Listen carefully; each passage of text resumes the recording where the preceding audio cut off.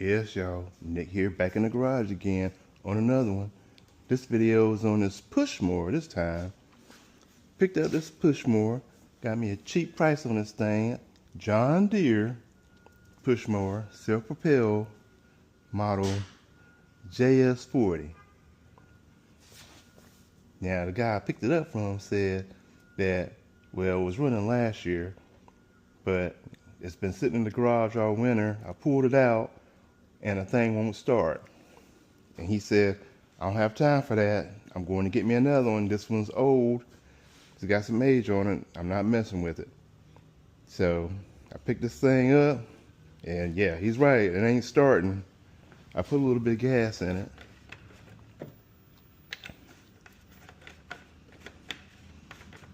And it's definitely got some wear and tear, as you can see. So primed it up a little bit.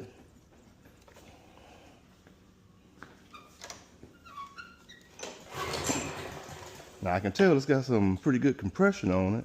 So it ain't like the motor's bad, but it just don't want to start. So who knows, could be trash in the carburetor, whatever. Spark plug not firing, I don't know yet, but we're gonna find out. Hold on. Now first thing we want to check in this small engine business is it getting fuel, because you know these carburetors, they sit over the winter for a while, and it gets some gas, can draw moisture and get water in it, start rusting out the carburetor inside. Little flakes will come out off of it and clog the flow of the fuel. So the first thing we want to make sure if this thing is getting gas.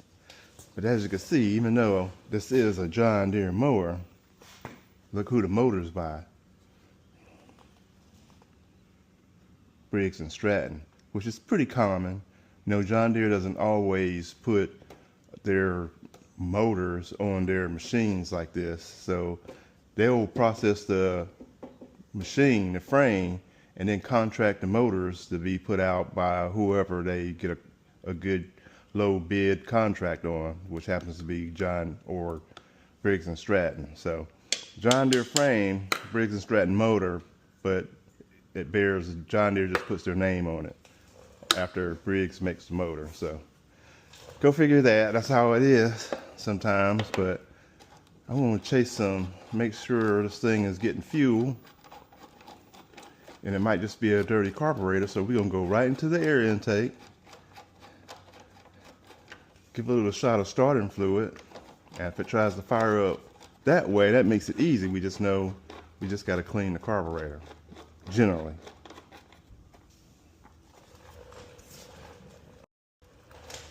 But I picked this here thing up because I've got 3 self-propelled mowers that I use for my trimming in between the fences and around stuff. I have 3 of them. So, but I like this one because it's, if you look at it, look how narrow it is. So I can get in between the fences still. It's still self-propelled, which is a rear wheel drive setup. My other self-propelled was propelled from the front wheels, but this is a real, spit it out, Nick, rear wheel drive mower. So, but I like the way that it's narrow and it can fit between the fences and get into small areas. So I said, man, this might be a nice little machine to do some trimming on if I decide to keep it. So anyway, pull this filter off, give a little shot of starting fluid. See if it starts that way. Hold on.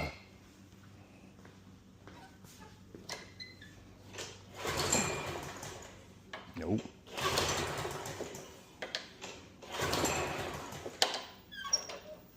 Well, that ain't good. That's usually a quick fix right there. Try it again.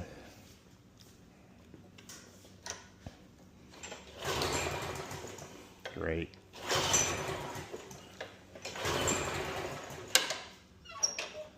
So that there ain't good. So based on the fact that he said this thing ran last year, I figured I could hit it with a shot of starting fluid, and usually it'll pop off and start, but it'll die back out because the carburetor's dirty. But it ain't doing nothing. So when I pull on it, it feels like it's got enough compression to start it, which it also needs pretty good compression. So it feels like it's got good compression, so it may just be spark plugs acting up. So I'm gonna pull that.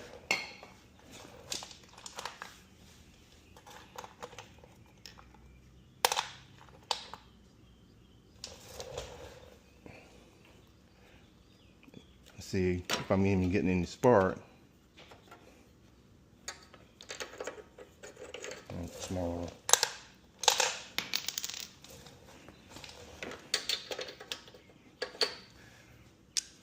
And if it ain't sparking, if it's a spark issue, and I have to go as far as replacing the coil in this thing, nah, man, then it's like getting to be not worth the purchase.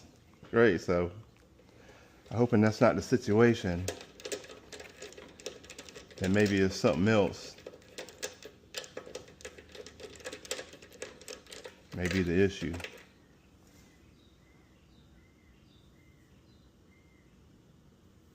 So I don't see any carbon up there build up that may be starting to spark. So I'm gonna see if we can see any spark on this thing.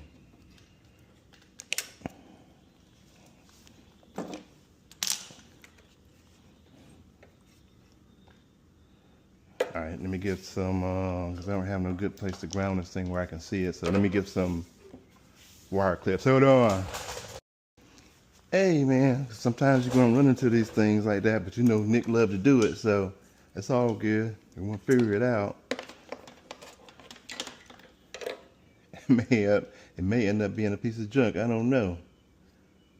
But normally I can just ground this thing up against the engine or somewhere, and I'll just see if the spark plug is sparking, but it's really don't have a place I can sit it and get back there and pull the string to see if I see any spark. So I'm going to create a ground with these wire clips.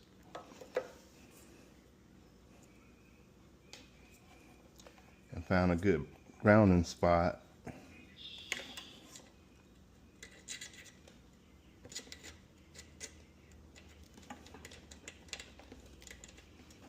On the bottom of the motor there.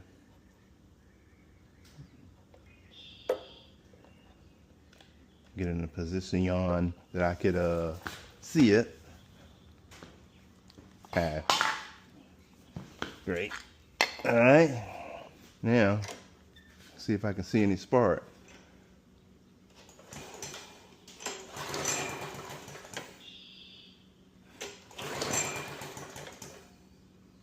Y'all, I still ain't seeing no spark on this thing. That ain't good. Great. Well, and make sure I got a good ground.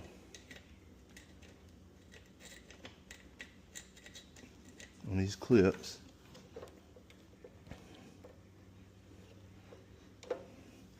Because again, if I had to put buy a coil and put on this thing, yeah, great, that thing ain't sparking. It could be more money than what this thing's worth. But there's one other thing I can check. Let me look at something. Hold on.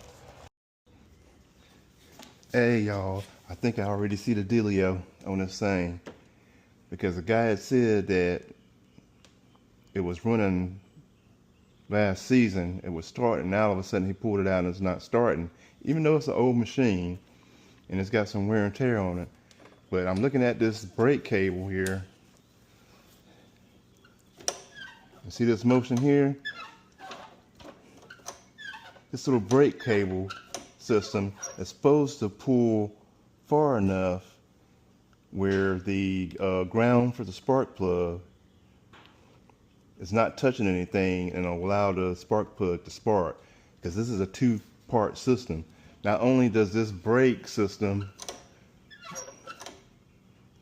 once you let off of it, apply a brake to the engine and stops the engine, it also stops the spark to the spark plug.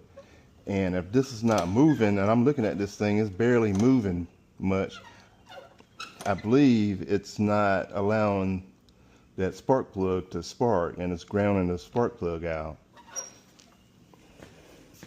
So yeah, you just look right here, see this little catch here that's supposed to hold this cable in place? It's partially pulled out. And if I hold it in, see how much more travel it is? I guarantee you that's what it is. It is still trying to ground that spark plug out, not allowing it to spark.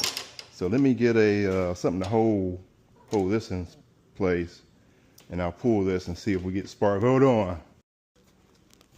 Y'all, if that ain't the fix, and it ends up that Nick has to buy a coil, man, Nick ain't gonna be happy about that, man, because that ain't gonna be worth it. Somebody's at the front door. Doorbell's ringing. All right, so let me put that clip there to hold that piece in, and that will give me more travel. Even though that cable's probably rusted there, probably needs to shoot some oil in there, but I can see that's moving a lot more. So now I'm gonna see if I got some spark down there. I'm not sure if I saw that. Oh yeah, see? Now we're getting spark. I told y'all, mess with old Nick. That's exactly what it was. Woo! Because if it wasn't, I had to pull the coil in this thing, man. This might have been a money pit. Bam, that's all it was. This thing had came loose, and he was probably pulling on this thing. It had popped out, and he wasn't getting no spark. That's why I wouldn't start. Small engine stuff, boy. Hey, y'all, if this thing ends up running, this might be another restoration project for the future. Exactly what it might be. Man, you know Nick loved to do that restoration stuff, man, make things pretty again. And what I'll do, if I decide to keep this one, I'll just sell one of my other ones that I've had for a while and have this one. John Deere, John Deere. Exactly. So hopefully this thing will pop off with some spark now. Probably still got to clean the carburetor. But I just want to make sure this thing will run. All right, yeah, get this.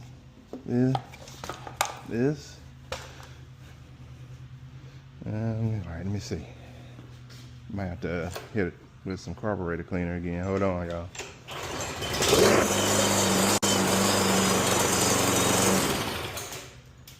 Just shooting stuff all over the place, but it starts. I knew it. Man, this might be a good investment right here. With a little cleanup. Heck yeah. That's all it was, man. It wasn't getting no spark. And it sounded like it wanted to keep running. Besides all the stuff that's falling from underneath of it. I had to stop it for a second, but it might even not need the carburetor clean. But I'll probably go ahead and clean it up anyway because it's been sitting. Man, I told y'all. Y'all, I didn't even have to prime it or nothing again. Or put any starter fluid in it. Let's see.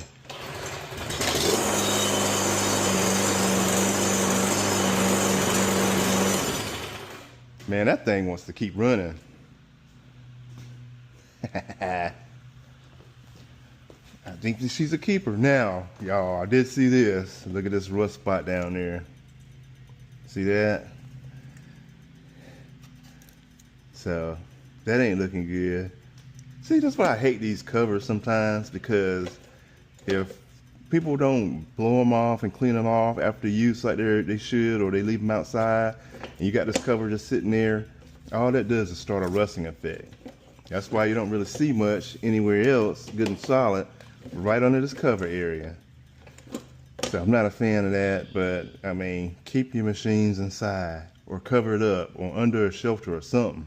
Don't leave these things outside. It's not good for them. But it's all good. Y'all done seen Nick do these repairs on these decks before. I'm gonna get me a piece of sheet metal and rivet it in right in this area take all this rust off and sand it and repaint it. It'll be good as new. Man, this is gonna be a good little machine. Now these things right here, these casters here, you can see they're rusted out. So I got to clean them up, grease them up, put a little paint job on this thing. Man, this might be it. It might be it. So hey y'all, I don't want to drag this video out too long. I think I'm gonna make that repair here. Y'all done see me do repairs on the decks before. So I'm gonna make that repair and then show y'all how that is fixed. And I'm gonna paint that up for now, because I really want to start using this thing this summer. So I don't want to tear it all down and paint it and all that stuff. That'll be for this fall or winter. But to get this thing running, I'll make that repair, get this thing running and driving hopefully. I haven't checked the drive system on it. I have to see how wore out that stuff is under this cover. But the next video, hopefully y'all will see this thing actually mowing and that repair done, and then we'll go from there. I'll have me a machine for the summer and maybe sell one of my other ones. So anyway, there it is, y'all. That's the next thing on the bench top, the little John Deere JS40. I've never owned one before, but I like the narrow setup where I can get in between fences and stuff. This might be a good little machine. So, all right, y'all. As usual, let's make it pretty. Nick will see you in the next one.